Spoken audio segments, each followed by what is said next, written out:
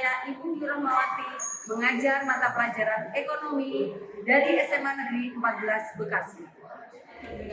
Waalaikumsalam warahmatullahi wabarakatuh. Selamat pagi semuanya. Pagi. Gimana kabar kalian? Ya. Untuk terlebih dahulu sebelum memasuki pelajaran sebaiknya kita untuk berdoa terlebih dahulu. Nah, kemudian kalian tolong salah satu KM-nya memimpin berdoa. Ya, Sebelum kita mulai pelajaran, apa baik kita berdoa menurut percaya masing-masing? Berdoa dimulai.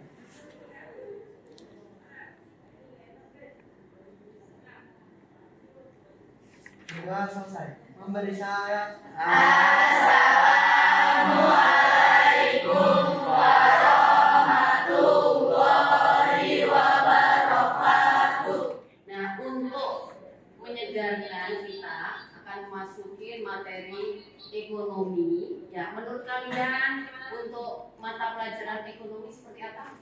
Susah? Banyak bacaan ya, ya. Tapi sebelumnya Ibu akan absen dulu. Hari ini yang tidak masuk siapa? Kenapa Reski? Alfa. Baik. Berapa hari dahan? Oke, nanti kalau itu Ibu hitung di absensinya. Nanti Ibu hubungin sama orang tuanya. Oke. Ada yang sakit hari ini? Ada siapa? Oh, Aiwan. Ya, sebentar. Oke, terima kasih. Ya, kita masuk ke Yel dulu ke 10-12.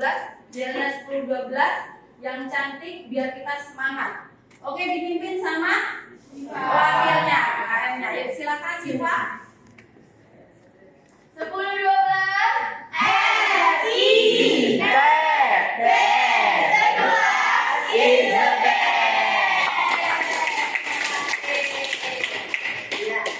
Nah, sebelum masuk materi kita itu kan manusia dan memenuhi kebutuhannya. Nah, itu nanti mengenai yang tujuannya itu mengenai kebutuhan manusia, menjelaskan keterkaitan kebutuhan manusia dan menganalisis berbagai macam kebutuhan. Nah, sebelum masuk manusia dan memenuhi kebutuhannya, kita flashback ke belakang dulu. Materi apa yang Ibu sampaikan di minggu kemarin? Ada yang ingat? Bagus, masih ingat berarti. Apa yang dimaksudkan ilmu ekonomi kan itu ada para ahli-ahli kan mengartikan. Siapa? Ya, oke, Aditya. Yuk, silakan. Kemudian ekonomi menurut Adam Smith itu adalah ilmu sistematika yang mempelajari perilaku manusia adalah mengalokasikan sumber daya yang terbatas untuk mencapai tujuan tertentu. Oke, bagus. Ada lagi? Ya, oke.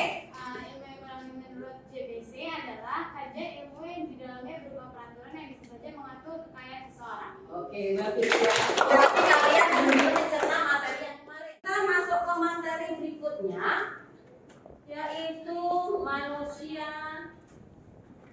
Nih, manusia dan upaya pemenuhan kebutuhannya. Nah, sebelum masuk ke materi ini, Ibu akan mengingatkan, nggak ada yang namanya kalian mainan handphone, nggak ada, ya. Tetapi nanti ikutin perintah Ibu. Apabila Ibu menyuruh kalian menggunakan handphone, nah baru boleh, ya. Oke, paham? Oke. Kita masuk ke ilmu ekonomi manusia dan usaha pemenuhan kebutuhannya. Ada yang tahu kebutuhan itu apa? Apakah kebutuhan sama keinginan itu sama? Ada yang tahu? Sebentar. Kalian memiliki kebutuhan tidak? Memiliki. Nah, karena kalian sudah tahu kalau kita itu membutuhkan kebutuhan, ya. Nah, ada yang tahu kebutuhan apa? Ada perbedaan nggak antara kebutuhan dan keinginan? Siapa yang jawab? Ya, Sabrina. Jadi kalau kebutuhan itu adalah suatu keperluan yang harus terpenuhi untuk keberlangsungan kehidupan sehari-hari. Sedangkan keinginan itu adalah suatu yang diharapkan untuk kita miliki karena adanya suatu nafsu tertentu dan itu sifatnya tidak harus terpenuhi. Ya, oke, nggak bisa. Sabrina, itu untuk kebutuhan dan keinginan perbedaannya. Kemudian ada beberapa faktor yang mempengaruhi kebutuhan. Nanti kalau ibu berdiri di sana terus, di sana nggak kelihatan ya, ibu yang di sini. Faktor yang mempengaruhi kebutuhan internal sama eksternal di sini ada. Ada yang dari dalam diri kita, ada yang dari di luar kita. Ketutupan ya, oke, saya ke sini. Kemudian faktor yang mempengaruhi kebutuhan secara internal itu satu, tingkat kepuasan dan gaya hidup, kemudian usia, kemudian penghasilan, tiga pendidikan, keempat adalah pekerjaan. Nah, ibu akan jelaskan. Ini kan faktor kebutuhan yang mempengaruhi satu tingkat kepuasan gaya hidup. Misalkan contohnya ibu sama Vicky, otomatis gaya hidupnya berbeda, ya kan, tingkat kepuasannya berbeda. Kemudian usia jelas-jelas berbeda jauh, ya. Penghasilan berbeda, Vicky pelajar, nah ibu kan udah bekerja itu. Kemudian pendidikannya juga sudah jelas berbeda. Kemudian pekerjaannya juga pelajar sama guru. Jangankan sama siswa, sesama guru misalkan sama Bu Neni, itu pasti gaya hidupnya berbeda. Nah penghasilannya berbeda dan seterusnya. Itu yang merupakan intern. Sekarang masuk yang eksternal, yang keluar, yaitu keadaan alam, lingkungan, kebijakan pemerintah, ya. Ya ada istiadat. Ini dari luar semuanya ya, keadaan alam. Tergantung kita tempat tinggalnya di mana, lingkungan kita di mana. Nah ini termasuk kebijakan pemerintah. Nah yang pemerintah itu misalkan kayak kita diwajibkan menggunakan baju pramuka pada saat tanggal berapa, itu termasuk di situ. Ya itu merupakan kebutuhan kita, lalu ngikutin. Kemudian ada istiadat, berarti kalian harus ngikutin. Ada istiadat setempat. Kemudian tingkat teknologi, berarti kalian harus mengikuti perkembangan teknologi. Kemudian selanjutnya, apakah ibu terlalu cepat? Kecepatan tidak?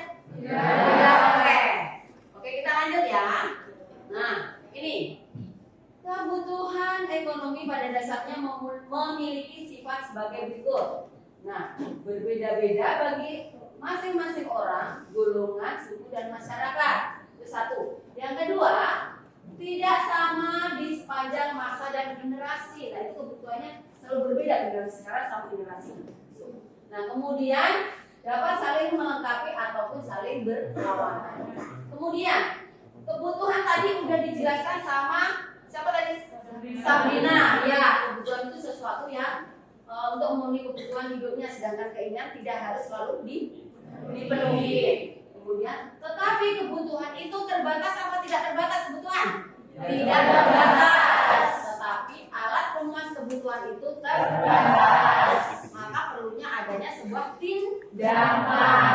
Nah, tindakan itu ada dua, yaitu tindakan rasional dan tindakan irasional. Nah, yang dimaksud dengan tindakan rasional adalah ya, apabila tidak menggunakan pertimbangan. Kemudian tindakan irasional adalah kebutuhan yang dibutuhkan tidak pertimbangan. Oke. Kemudian makanya dengan adanya kebutuhan rasional dan irasional itu makanya harus adanya skala prioritas. Nah, skala prioritas itu untuk apa? Untuk apa? Nah ya, jadinya untuk menentukan mana yang lebih penting ya. Jadinya skala prioritas kebutuhan adalah sebuah konsep yang digunakan untuk mengidentifikasi atau mengatur berbagai kebutuhan seseorang ya atau suatu situasi dalam mengurutkan kebutuhan. Misalkan contohnya Davina itu kebutuhannya itu sepatu, ya kan? Terus kemudian buku, ya kan? Padahal Davina itu sepatu udah punya, tapi buku itu belum pakai. Nah yang harus diprioritaskan yang mana dulu? Buku. Kenapa? Buku dulu. Karena sepatunya sudah ada, walaupun satu tapi masih bisa dipakai dan masih cakep ya. Itu misalnya seperti itu. Itu yang disebut dengan skala prioritas.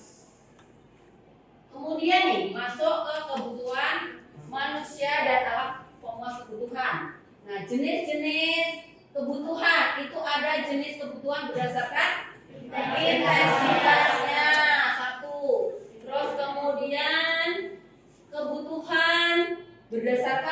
sumber, kemudian berdasarkan waktunya, kemudian berdasarkan apa? Wujud dan pemenuhan kebutuhan. Oke, kita masuk ke jenis kebutuhan berdasarkan intensitasnya. Di sini ada, ini kan ada apa ya? Ada daging, ada pepaya, kemudian ada ikan.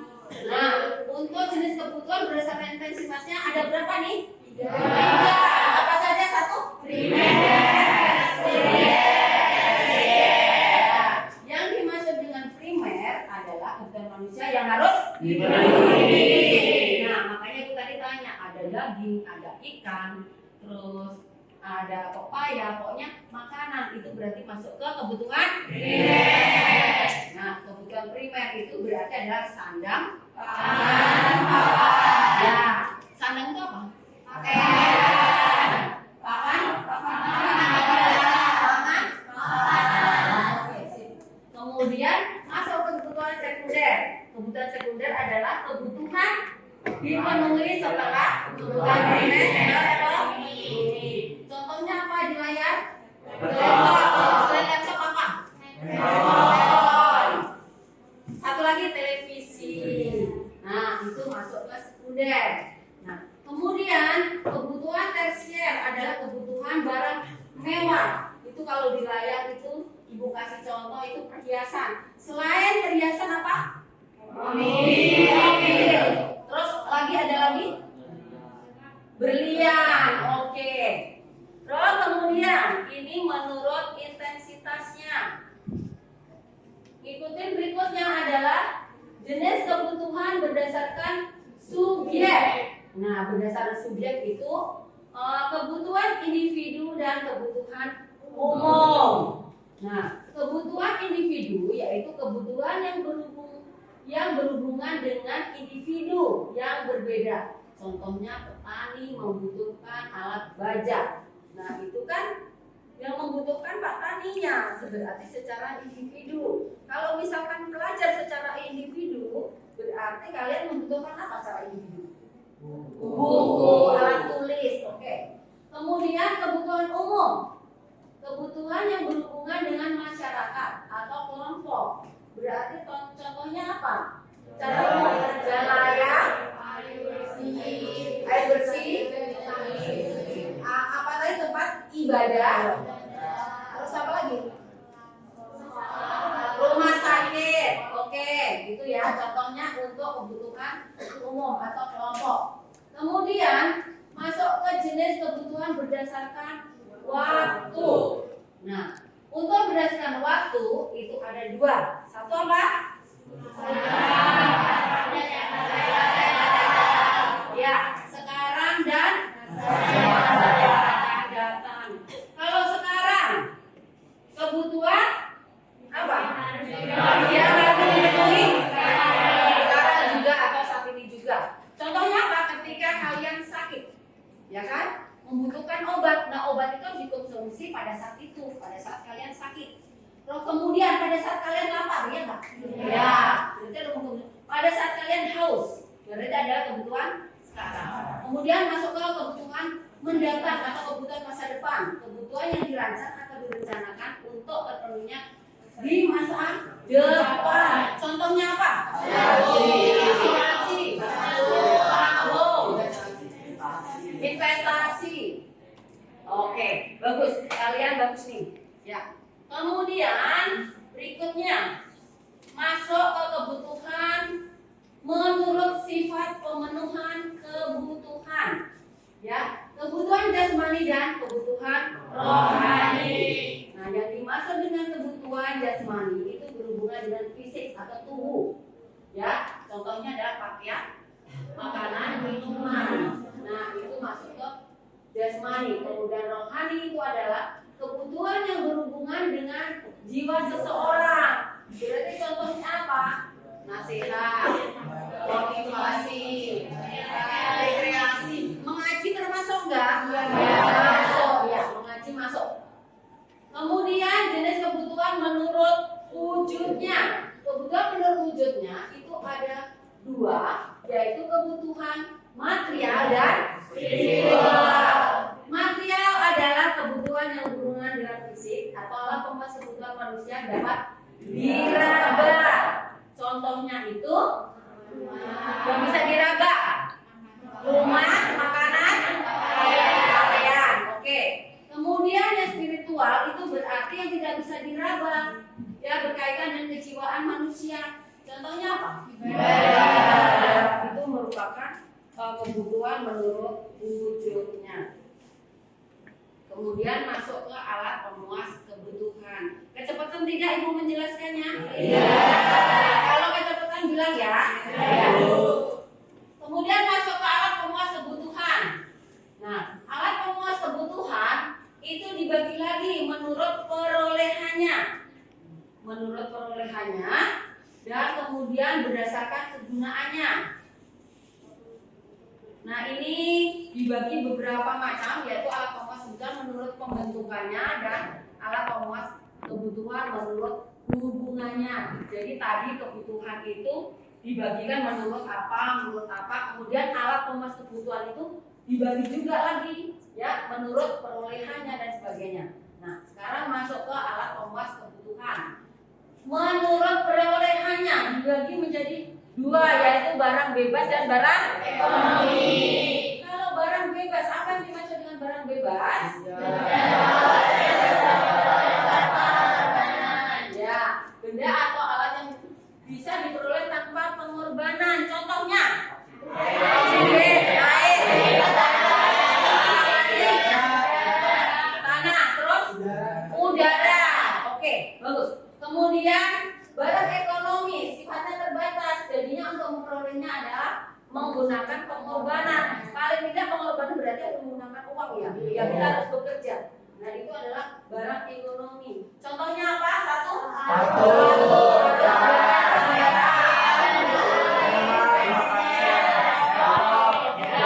Banyak ya untuk barang ekonomisnya, banyak sekali. Kemudian masuk alat pemuas kebutuhan menurut kegunaannya. Ini dibagi menjadi dua, yaitu barang konsumsi dan barang modal. Nah, untuk barang konsumsi adalah jenis barang yang sudah jadi, bisa langsung digunakan manusia untuk memenuhi kebutuhannya. Itu merupakan barang konsumsi. Contohnya apa saja? Satu, pakaian. Dua, sepatu. Oke, udah ya, cukup, contohnya cukup 5 saja. Kemudian barang modal. Nah, ini merupakan barang yang dimanfaatkan dalam proses produksi untuk menghasilkan barang. Berarti apa contohnya? Ya, untuk membuat sebuah barang. Kalau ini kan peralatan termasuk perlengkapan juga masuk tidak? Masuk. Itu termasuk modal. Kemudian alat pemuas kebutuhan menurut proses pembentukannya. Nah, ini ada benda mentah, benda jadi, benda setengah jadi. Kalau benda mentah itu benar-benar belum diolah. Nah, kemudian benda jadi, ada yang tahu benda jadi apa itu sudah benda jadi? Ya, bagus. Jadinya benda jadi adalah benda yang bisa langsung dikonsumsi. Kemudian benda setengah jadi, apa yang maksud benda setengah jadi? Ya, benda yang harus melalui proses pengolahan. Itu merupakan alat pemuas kebutuhan menurut pembentukannya. Kemudian alat pemuas menurut hubungan dengan benda lain. Nah, ini benda komplementer atau pelengkap adalah barang yang memiliki kegunaan ya untuk melengkapi barang lain. Contohnya kopi dan gula. Selain kopi dan gula, tinta dan pulpen, meja dan kursi, nasi dan lauk. Ada berapa nih tadi contohnya? 4, kurang 1 lagi. Apa? Bensin dan motor. Oke, dah 5. Kemudian benda substitusi atau pengganti, barang yang memiliki kegunaan untuk menggantikan barang lain. Contohnya gas dengan kayu bakar. Ada lagi lainnya? Gandum dan padi, gandum dan beras. Oh ya, gandum dan beras atau kebalikannya beras, gandum. Terus ada lagi? Payung, jas hujan. Ya, payung, jas hujan. Bagus ya. Oke, terima kasih. Kemudian faktor yang mempengaruhi kebutuhan yang tadi Ibu bikin kan eksternal sama internal, tetapi ini merupakan sketsanya. Lingkungan, faktor yang mempengaruhi kebutuhan, itu lingkungan, peradaban, agama, adat istiadat yang tadi ya. Oke.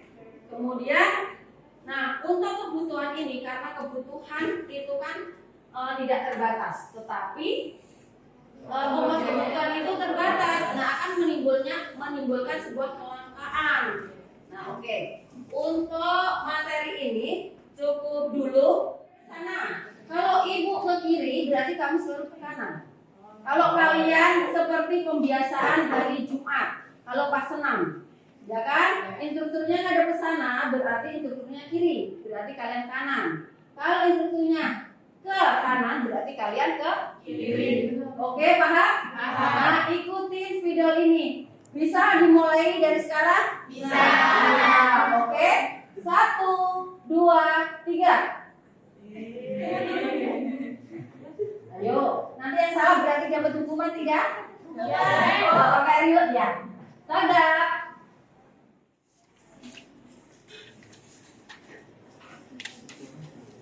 Nanti kalau sudah selesai kalian kerjakan, nanti kalian akan menjawab siapa terserah kalian.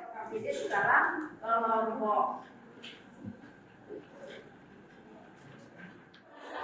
Tadi kebutuhannya tadi apa? Kendaraan. Terus keinginannya? Keinginannya untuk bergaya. Oke, kemudian kebutuhan kedua. Kebutuhannya makan, keinginannya makan di restoran. Alasannya karena makanan di restoran lebih enak. Kalau itu mah ibu juga mau. Kemudian ibu akan membuat kelompok. Ada tugas kelompok buat kalian. Nah sebentar, kalian ikutin kelompoknya nanti. Satu kelompok 5. Tuh, ini membuat satu kelompok. Kemudian nih,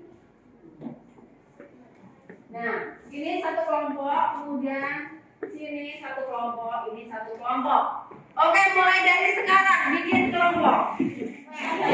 Nih,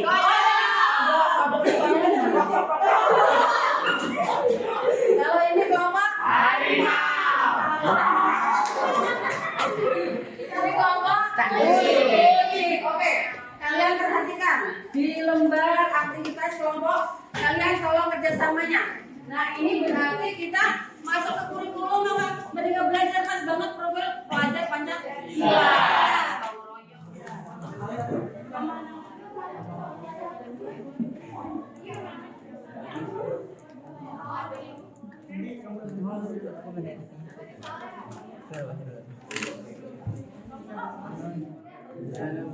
Apa?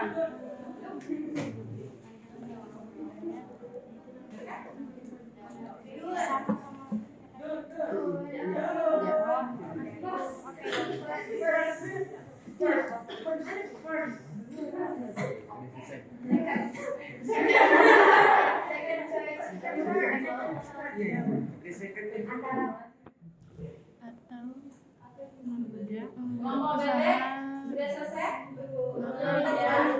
Ada masalah? Kelompok kodok sudah? Oke. Izinkan saya sebagai perwakilan dari kelompok kodok akan mempresentasikan hasil diskusi kita tentang upaya apa aja yang harus dilakukan untuk memenuhi kebutuhan. Nah, jawaban dari kelompok kita adalah bekerja dan membuat usaha agar mendapatkan keuntungan yang berupa uang. Nah, uang tersebut akan kita gunakan untuk memenuhi kebutuhan. Jadi kebutuhan terpenuhi bila kita bekerja dan berusaha. Oke. Ya, kita harus mengambil sebuah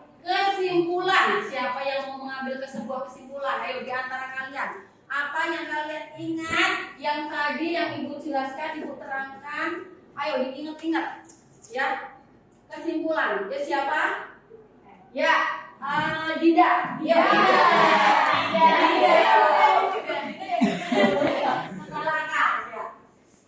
Assalamualaikum warahmatullahi wabarakatuh. Waalaikumsalam warahmatullahi wabarakatuh. Pada kesempatan kali ini saya akan menyampaikan kesimpulan terhadap pembelajaran kita hari ini, yaitu mengenai manusia dan upaya pemenuhan kebutuhan. Yang pertama yaitu ada kebutuhan dan keinginan. Kebutuhan adalah segala sesuatu yang harus kita penuhi demi keberlangsungan hidup, sedangkan keinginan adalah sesuatu yang kita inginkan tapi tidak harus untuk dipenuhi. Kemudian kebutuhan itu dibagi menjadi berbagai macam. Yang pertama itu adalah kebutuhan menurut intensitasnya, yaitu dibagi menjadi kebutuhan primer, sekunder, dan tersier. Yang kedua adalah kebutuhan menurut wujudnya, yaitu ada material dan spiritual. Kemudian kebutuhan menurut sifatnya, yaitu ada jasmani dan rohani. Kemudian kebutuhan menurut Ayo sebaiknya tuh. waktunya itu ada kebutuhan sekarang dan kebutuhan yang akan datang. Dan yang terakhir adalah kebutuhan menurut sifatnya, yaitu ada jasmani dan rohani. Kemudian kebutuhan itu untuk mendapat kebutuhan kita ada tindakan-tindakan ekonomi. Tindakan ekonomi dibagi menjadi dua, yaitu tindakan ekonomi rasional dan irasional. Kemudian ada faktor-faktor yang mempengaruhi kebutuhan, yaitu ada dibagi dua juga, yaitu faktor internal dan faktor eksternal. Faktor internalnya yaitu ada tingkat kepuasan dari gaya hidup, usia, pendidikan, pekerjaan, dan penghasilan. Sedangkan faktor eksternalnya yaitu ada istiadat, keadaan alam, lingkungan, tingkat kemajuan teknologi, dan kebijakan pemerintah. Nah, selanjutnya yaitu ada alat pemuas kebutuhan. Untuk memenuhi kebutuhan kita diperlukan adanya alat pemuas kebutuhan. Alat pemuas kebutuhan ini juga dibagi menjadi beberapa macam. Yang pertama itu adalah menurut perolehannya, yaitu ada benda bebas dan benda ekonomi. Menurut penggunaannya, yaitu ada benda konsumsi dan benda produksi. Kemudian atau benda modal. Kemudian menurut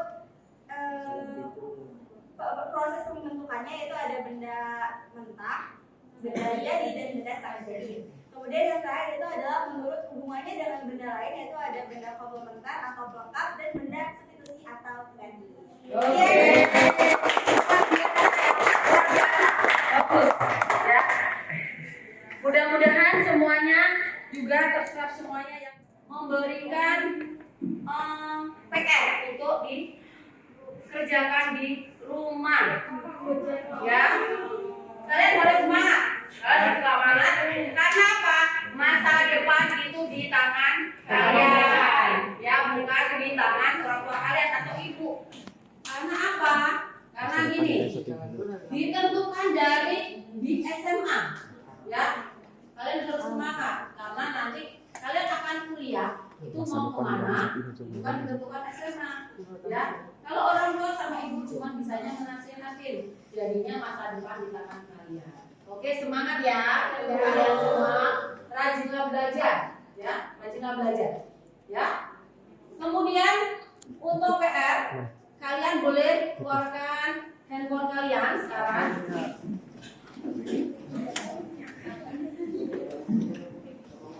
Ibu akan memberikan PR sesuai dengan materi yang Ibu jelaskan tadi. Nah, menggunakan Google Form. Grup kalian 10-12 ya. Nanti tolong dikerjakan di rumah. Ya. Saya kira untuk pertemuan kali ini sudah cukup ya. Kita akan ketemu kembali untuk minggu depan ya. Bagi yang mengerjakan Google Form, nanti akan Ibu lihat terlebih dahulu sudah mengerjakan PR Ibu tersebut atau belum, ya. Oke. Saya kira cukup sekian. Assalamualaikum warahmatullahi wabarakatuh. Selamat siang semuanya.